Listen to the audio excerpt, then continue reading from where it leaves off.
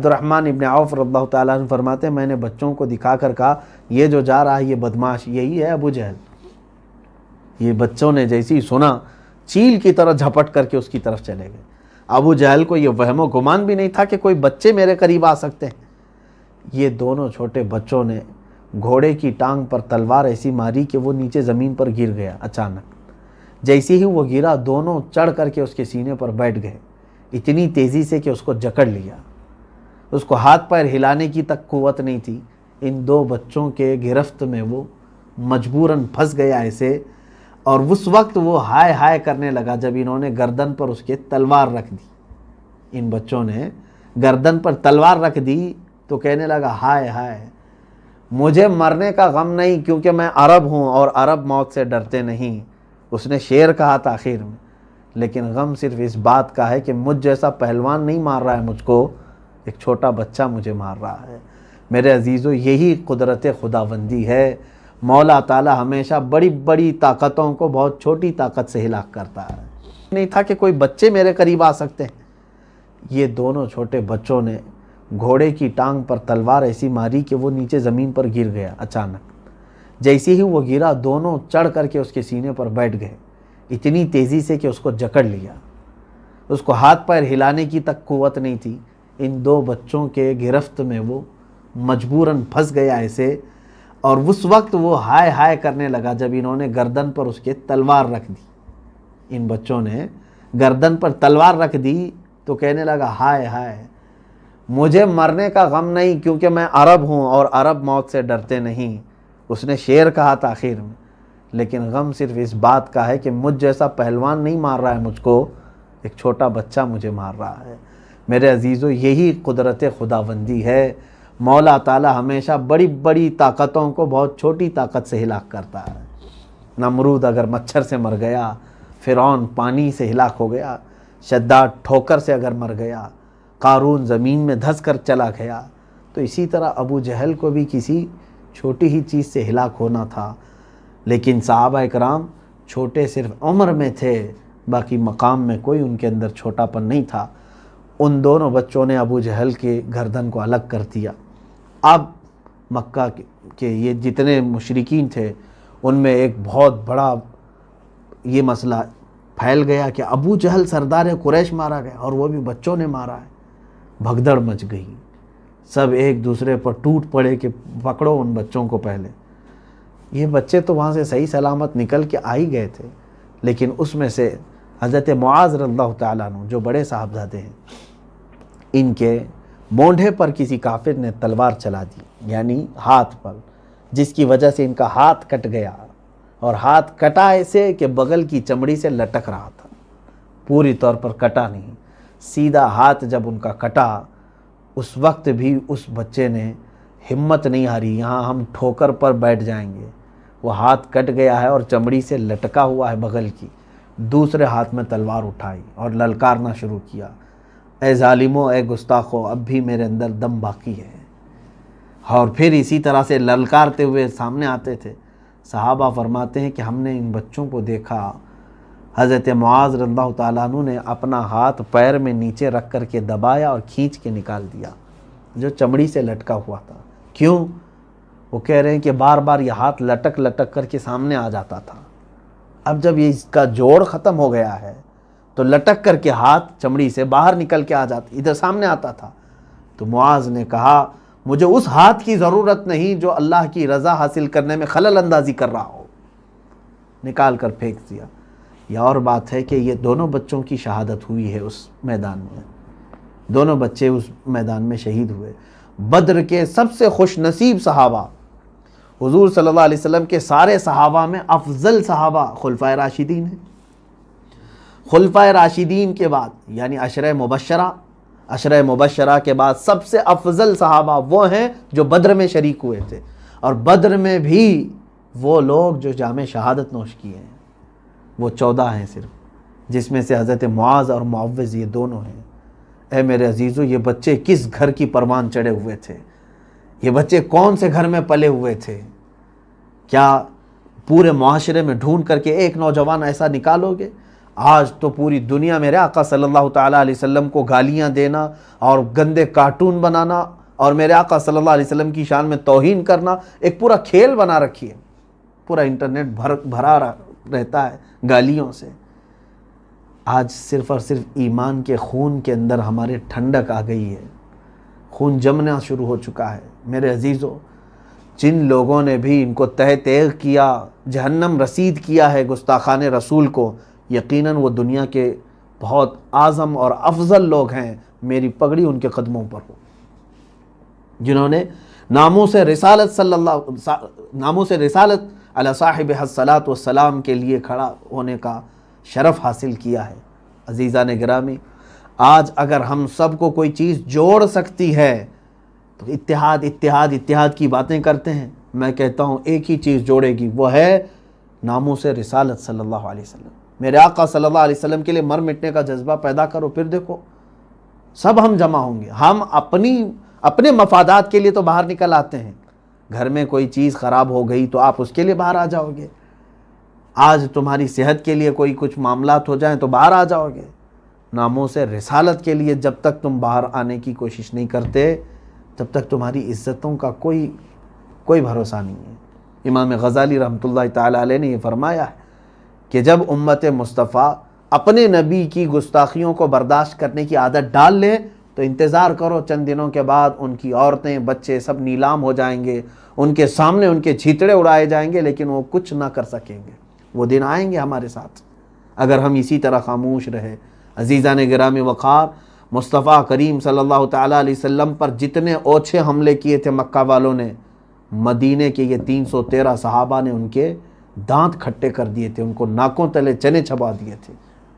اگرچہ ان کے پاس کچھ سامان نہیں تھا لیکن مکہ والوں کو کیسے للکارا انہوں نے. قسم خدا کی انہوں نے یہ پیغام دیا، خبردار مکہ والوں، تم طاقت میں اگرچہ کتنے بھی زیادہ ہو، آنکھ اٹھا کر نہ دیکھنا ہمارے نبی کی طرف.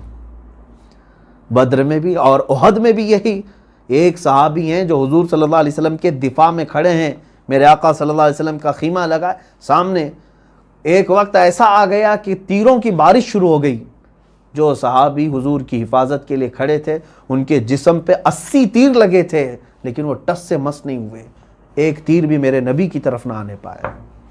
وہ صحابہ کا جذبہ تھا. میرے عزیزوں، بدر ہمیں یہی تعلیم دیتا ہے کہ اپنے بچوں کو ناموس رسالت سکھاؤ. اور اگر تم نے محبت مصطفیٰ صلی اللہ علیہ وسلم اپنے بچوں کو پلا دیا، ایک دن آئے گا کہ تم ساری محبتیں خود اکٹھا کر لو گے. ہر کوئی تمہاری محبت کرے گا، تم سے محبت کرے گا، کیونکہ اللہ کا یہ ذمہ کرم پر ہے، اللہ کے ذمہ کرم پر ہے تمہاری محبت لوگوں کے دلوں میں ڈالنا.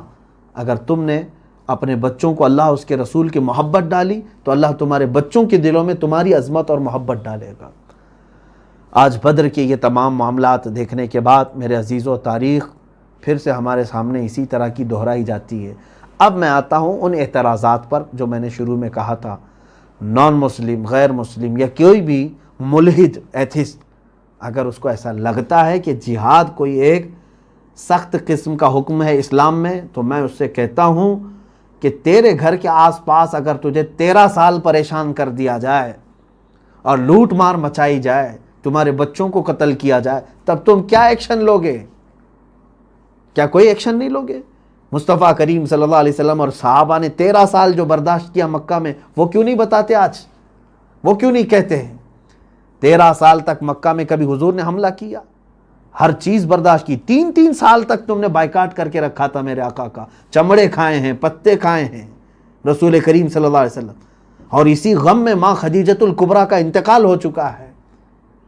حضور اکرم صلی اللہ علیہ وسلم نے پہاڑ اٹھائے وہاں پر غموں کے، اور اتنے دنوں میں کبھی پلٹ کر کے حملہ نہیں فرمایا. اور مدینہ آنے کے بعد اب بھی تم سکون سے نہیں رہنے دو گے. شب خون مارنے کے لیے 10 12 کے جتھے بھیجو گے، درخت جلا کر کے جائیں گے، نہتے صحابہ کو مار کے جائیں گے، تب بھی ہم ڈیفنس نہیں کریں گے. تب بھی ہم ڈیفنس نہیں کریں گے. میرے آقا صلی اللہ علیہ وسلم نے جو ڈیفنس کیا، اسی کا نام جہاد ہے. اور میں کہتا ہوں اس طرح کا حق پوری دنیا میں ہر انسان کو حاصل ہونا چاہیے. کیا نہیں حاصل ہے؟ ہر ملک کو یہ پاور حاصل ہے. یہ ظالم پروپیگنڈا پھیلاتے ہیں میڈیا، دجالی میڈیا، جہاد جہاد جہاد نام سے. جہاد کو کیا سمجھ رکھا ہے تم نے؟ جہاد کوئی ناپاک نام ہے؟ جہاد اسلام کا ایک پوتر لفظ ہے، مقدس ورڈ ہے، اور اسی ورڈ کو اگر تم سمجھو گے تو ہم بھی اپنے ملک کی حفاظت کر سکیں گے۔ جو ہمارے ملک کی طرف اور اس کی ساکھ کو، اس کی سالمیت کو خطرہ بنے، ہم اس کے ساتھ لڑیں گے۔ یہی ہے جہاد جو ہے، کسی کو جان بوجھ کر کے قتل کرنے کا نام نہیں۔ جہاد یہ نہیں ہے کہ بم باندھ کر کے مجمع میں جا کر ناحق بچوں کو، عورتوں کو اڑا دیں۔ اگر کوئی اس طرح کی بدنامی کر رہا ہے جہاد کی تو اس کا کوئی تعلق نہیں ہے اسلام سے۔ میں نہیں مانتا کہ ایسا کوئی جہاد ہوتا ہے کہ بم باندھ کر کے پبلک ایریے میں آ کر کے کوئی اڑا دیا، اس کا نام جہاد ہے۔ جہاد یہ نہیں ہے۔ جہاد ہمیں جو اس کی تعلیمات ہیں، میں دعوت دینا چاہتا ہوں ان لوگوں کو کہ پہلے پڑھو اسلام کو پھر بولو۔ صرف میڈیا میں بیٹھ کر کے بھونکنے کا مطلب ایجوکیشن نہیں کہتے اس کو، اور اکثر تو جاہل لوگوں کو لا کر کے اینکر بنایا گیا، بیٹھایا گیا، ان کو پتہ ہی نہیں ہے ہوتا کیا ہے اسلام، قرآن، میرے آقا صلی اللہ علیہ وسلم کی سیرت، تم کیا جانو؟ جہالت میں پوری زندگی گزر گئی۔ ہندوستان کے بڑے بڑے لوگ، بلکہ پوری دنیا کے بڑے بڑے جنہوں نے تعلیم میں اپنی پوری عمر کھپا دی ہے، انہوں نے میرے آقا صلی اللہ علیہ وسلم کو سمجھا ہے۔ گاندھی جی نے خود کہا ہے، حضرت ابو بکر، حضرت عمر کی سیرت پڑھ کر کے، کیا یہ تاریخ میں موجود نہیں ہے؟ بڑے بڑے، میں وہ کسی اور موقع پر عرض کروں گا، نان مسلم رائٹرز ہیں، مفکرین ہیں، دانشور ہیں، سائنٹسٹ ہیں، انہوں نے کہا ہے محمد صلی اللہ تعالیٰ علیہ وسلم کی تعلیمات سے پوری دنیا میں کیسے امن آ سکتا ہے۔ ہم کوئی آتنکواد، دہشت گرد، اس طرح کے الفاظ کو جانتے تک نہیں۔ اسلاموفوبیا تم لا رہے ہو آج، ٹھیک ہے، پروپیگنڈا یہی آج چل رہا ہے جو مکہ والوں نے حسد میں کیا تھا۔ میرے آقا صلی اللہ علیہ وسلم کو جادوگر کہا تھا، شاعر کہا تھا، ساحر کہا تھا، مجنوں کہا تھا، معاذ اللہ رب العالمین۔ وہی چیزیں تو آج یہ بھی کر رہے ہیں نا، پھیلا رہے ہیں۔ لیکن میں اپنے مسلمان بھائیوں سے، بہنوں سے کہوں گا، ہزار پروپیگنڈا پھیلائیں، تم جواب کیسے دے سکتے ہو؟ انہی اخلاق رسول کے ذریعے سے۔ میرے آقا نے کیسے جواب دیا تھا؟ اپنے وہ پیارے اخلاق سے جو ہر ایک کا دل موہ لیتے ہیں۔ آج ضرورت اس بات کی ہے، نوجوان، بچے، عورتیں میرے آقا صلی اللہ علیہ وسلم کے اخلاق کی طرف آئیں۔ دنیا کو آج بتانے کی ضرورت ہے کہ میرے نبی کون تھے۔ اللہ کے حبیب صلی اللہ علیہ وسلم کا دل کتنا شفیق تھا، کتنا رفیق تھا، کتنے نرم تھے، وہ آج بتانے کی ضرورت ہے۔ وہ آپ اپنے اخلاق سے بتا سکتے ہیں۔ آج آپ اپنے اخلاق کے ذریعے سے پوری دنیا کو اس پورے پروپیگنڈے کے خلاف کھڑے ہو کر کے اظہار کر سکتے ہیں۔ اللہ رب العزت ہم سب کو ان تمام واہیات اور خرافات اور ان کے پھیلائے ہوئے پروپیگنڈوں سے محفوظ فرمائے۔ میں آخر میں جنگ بدر کے ان اصحاب کے متعلق ضرور عرض کروں گا کہ جو لوگ شریک جہاد ہوئے تھے، 313 صحابہ، ان کے ناموں کے متعلق جو روایات ہمیں ملی ہیں بزرگان دین کی، انہوں نے فرمایا کہ کئی مشائخ نے فرمایا کہ یہ اصحاب بدر کے ناموں میں اللہ تعالیٰ نے اتنی تاثیر رکھی ہے کہ اگر مریض پڑھ کر کے دم کریں تو اللہ انہیں شفا عطا فرمائے۔ حاجت مند جب کبھی ان اسماء کی تلاوت کریں تو اللہ تعالیٰ ان کی حاجت پوری فرماتا ہے۔ وہ یقیناً کیوں نہیں تاثیر ہوگی اصحاب بدر کی؟ میں نے ابھی کل ہی کی تفسیر میں کہا، اصحاب کہف جو 7 لوگ تھے، اور ان کے زمانے میں کوئی نبی بھی نہیں تھے، وہ کسی نبی کے ساتھی بھی نہیں، خود نبی بھی نہیں، کسی نبی کے صحابی بھی نہیں، پھر بھی ان کے ناموں میں اتنی برکت ہے اصحاب کہف کی کہ اگر کسی مکان پر آویزاں کر دیں تو وہ مکان چوری سے محفوظ ہوگا، جہاز میں اگر ہو پانی کے تو وہ جہاز غرق ہونے سے محفوظ ہو جائے۔ تو پھر جو محمد عربی صلی اللہ تعالیٰ علیہ وسلم کے صحابی ہیں، اور وہ بھی جان نچھاور کرنے والے صحابی اصحاب بدر، کیا ان کے ناموں میں تاثیر نہیں ہوگی، برکت نہیں ہوگی؟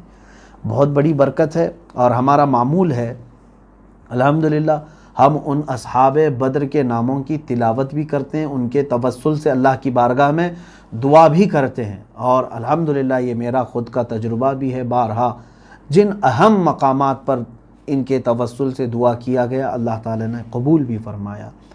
میری ایک بات نہیں کہہ رہا ہوں، بڑے بڑے مشائخ ہیں، شیخ دارامی ایک بڑے بزرگ ہیں، وہ فرماتے ہیں کہ جس وقت اصحاب بدر کے ناموں کی تلاوت ہوتی ہے، تم دل میں جو بھی اللہ تعالیٰ سے جائز تمنا رکھو مولا ضرور اسے پوری فرمائے گا۔ اور اصحاب بدر اب بھی اپنی قبروں میں زندہ ہیں، کیونکہ قرآن میں ان کے متعلق فرمایا گیا ہے ان کو مردہ نہ کہو۔ اور بزرگوں نے یہ فرمایا ہے کہ بسا اوقات یہ دیکھا گیا ہے کہ وہ بنفس نفیس مدد کے لیے تشریف لائے ہیں۔ ایک صاحب ہے، وہ کہتے ہیں، یہی حکایات میں موجود ہے کہ وہ تجارت کے لیے اپنا قافلہ لے کر سمندر کا سفر تھا، نکلے، لوگوں نے کہا کہ اس راستے مت جانا کہ ڈاکو آتے ہیں، سمندر کے درمیان جب پہنچو گے تو ڈاکو حملہ کرتے ہیں، پورا مال لوٹ لیتے ہیں۔ تو اس شخص نے کہا میں سب پورا لنگر کر چکا ہوں، اٹھا دیا ہوں اور جہاز چلنے کو ہے۔ بہرحال قافلہ تجارت کا لے کر کے وہ چل پڑا، بڑے جہاز میں درمیان میں پہنچتے ہی ڈاکوؤں کی آمد شروع ہو گئی، تلواروں کی آواز، اور جگہ جگہ سے چھوٹی چھوٹی کشتیوں میں آ کر کے لوگ گھیرنے لگے۔ اب یہ بندہ کہتا ہے میں اصحاب بدر کو یاد کرنا شروع کیا اور ان کے ناموں کی تلاوت کرنے لگا۔ اچانک میں نے دیکھا کہ ہماری کشتی تو سائیڈ ہو گئی، کنارے ہو گئی، ہمارا جو جہاز ہے، پیچھے سے کچھ سفید لباس میں لوگ آئے اور ان ڈاکوؤں سے مقابلہ کرنا شروع کیا۔ ایسے مقابلہ کیا کہ ان پورے ڈاکوؤں کو قتل کر دیا، پورا خون پانی میں بہہ رہا تھا، ان کی کشتیاں بغیر ملاح کے اسی طرح بہنے لگیں۔ اور یہ صاحب کہتے ہیں جو تاجر ہیں، میں صحیح سلامت دوسرے کنارے پہنچا تو جس جگہ میں پہنچا شہر میں بہت سارے لوگ میرے استقبال پہ آئے، پوچھے کہ برسوں بعد کوئی قافلہ صحیح سلامت اس راستے سے یہاں پہنچا ہے، کیسے آئے تم؟ اس نے اپنے رات کا واقعہ بتایا۔ تو وہاں پر ایک بزرگ موجود تھے، انہوں نے کہا اے تاجر تجھے معلوم ہے جن لوگوں نے ڈاکوؤں کا قتل کیا وہ اصحاب بدر تھے رضوان اللہ علیہ۔ تو بنفس نفیس اللہ تبارک و تعالیٰ نے ان کو وہ قوت اور تصرف عطا فرمایا ہے کہ وہ مدد کے لیے پہنچتے ہیں۔ بے شمار باتیں اس طرح کی ہیں۔